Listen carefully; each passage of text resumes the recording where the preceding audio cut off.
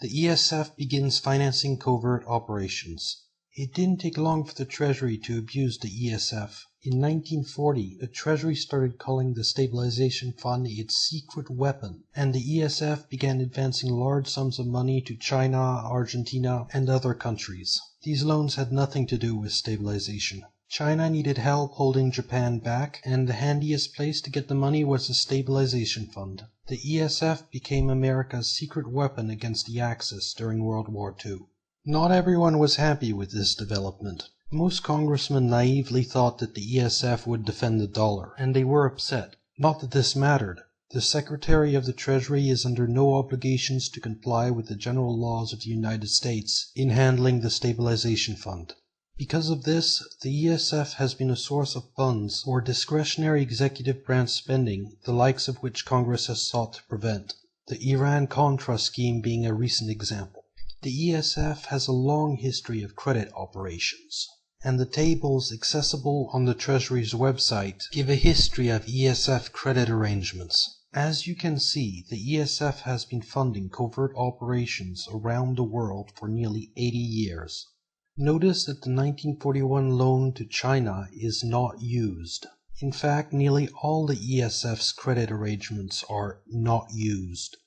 That's because the $50 million loan to China was closed in the complicated terms of international finance, and the United States lent nothing as far as the Stabilization Fund is concerned. And the $50 million loan to Argentina isn't even in the list.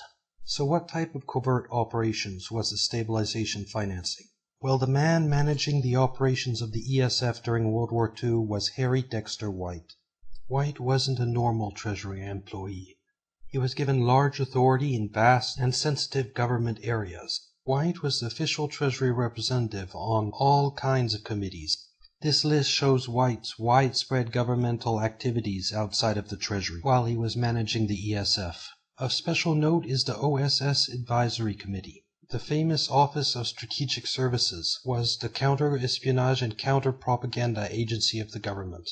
It was America's first intelligence agency, a vast and chaotic organization of more than 12,000 people. The OSS carried out espionage and put out black propaganda. Now, black propaganda is nasty stuff, and the OSS concocted some of the blackest propaganda you ever heard, all financed by the Treasury's Stabilization Fund. The ESF designs the world's monetary system. Virtually no one is aware that the IMF, the World Bank, and the World Monetary System are ESF creations. Beginning in 1942, the Treasury began playing around with the idea of setting up an international monetary stabilization fund, and by 1943 it had devised a world currency stabilization program. The Treasury's post-war money plan had two parts. The first part was a $10 billion United Nations Bank for Reconstruction and Development, in other words, the World Bank. The second part was an $8 billion International Stabilization Fund, which people now know as the IMF. The author of both proposals was Harry White, whose plan for the post-war international monetary system was endorsed by the 42 countries attending the 1944 Bretton Woods Conference. And with the Bretton Woods Agreement signed, the World Bank and the International Monetary Fund were created. Now, the Harry White who designed the final version of the IMF and World Bank was the same Harry White that was on the OSS Advisory Committee and managed the operations of the ESF. The point here is that White wasn't a banker, an economist, or a monetary expert. He was an ESF spook. His area of expertise was slush funds and financing covert operations. This was not the person you wanted to design the international monetary system. The Bretton Woods system, which made the dollar into the world's reserve currency, was shaped by the Exchange Stabilization Fund. You see, during World War II, White worked on plans for an inter-American bank, the aim of which was to frustrate Nazi penetration of Latin America. In other words, a slush fund, like the ESF, to finance covert operations. The plans for an inter-American bank did not materialize. However, they inspired the creation of the IMF and World Bank. White designed the IMF to operate along ESF lines. The ESF's own money was then transferred to the IMF, to which other countries made their own contributions.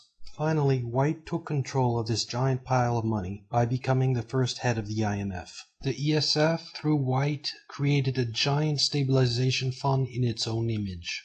The Bretton Woods IMF and World Bank were a camouflage method of lending billions of American dollars abroad. It was called foreign aid, although in some cases the countries involved didn't even know they were receiving any aid. Using these devices for draining savings out of the US, the ESF went wild financing CIA Cold War activities. And the one coordinating all these IMF and World Bank loans was the ESF. The ESF finances covert operations and then gets repaid from the IMF or the World Bank. Like the Gold Reserve Act, Bretton Woods was a guaranteed disaster, which was fiercely opposed by anyone with any banking experience. Bankers had fundamental objections to the Bretton Woods proposals, including their fears about what might happen to the dollar. American bankers were so critical of the Bretton Woods plan that the Treasury had to launch a propaganda campaign to get the agreement signed, and our international banking system was created without the input from real bankers. Donations welcome. For this particular video, I've actually purchased quite a few old papers and articles. This video has also taken months of my time to prepare, so any donations would be appreciated. Running the black budget, as is explained in Operation Rollback. The heart and soul of covert operations is the provision of unvouchered funds and the inviolability of such funds from outside inspection. In other words, untraceable, unaccountable cash. The ESF, with its extravagant freedom from scrutiny enshrined in law, was nothing short of ideal for funding secret operations. That's why, after World War II, when U.S. covert operations were transferred to the Office of Policy Coordination, the new head of the OPC, Frank Wisner, turned to the ESF for financing. Wisner's first plan of action, to defeat the Communists in the April 1948 Italian elections, was funded by $10 million provided by the ESF. The millions were delivered to Italian politicians in suitcases filled with cash. So it was a slush fund established to stabilize the dollar that started the United States on the first covert operations of the Cold War. It is important to understand here that the ESF runs the US's black budget. The ESF takes in cash from a variety of sources and then funnels that money to covert operations. Here's an example. In 1941, the War Powers Act authorized the U.S. Treasury's Exchange Stabilization Fund to serve as a holding pool for captured Nazi valuables. This pool of money became a secret source of financing for U.S. clandestine operations in the early days of the CIA. And that's how the ESF runs the black budget. Sources of ESF cash include the gold confiscated from U.S. citizens, IMF and World Bank loans, money siphoned from the Marshall Plan, appropriations buried in the budgets of other agencies, and the income from illicit activities like drug trafficking. All U.S. intelligence agencies have been financed by this cash. The ESF is involved in everything the CIA does. More importantly, the ESF is capable of running its own covert operations.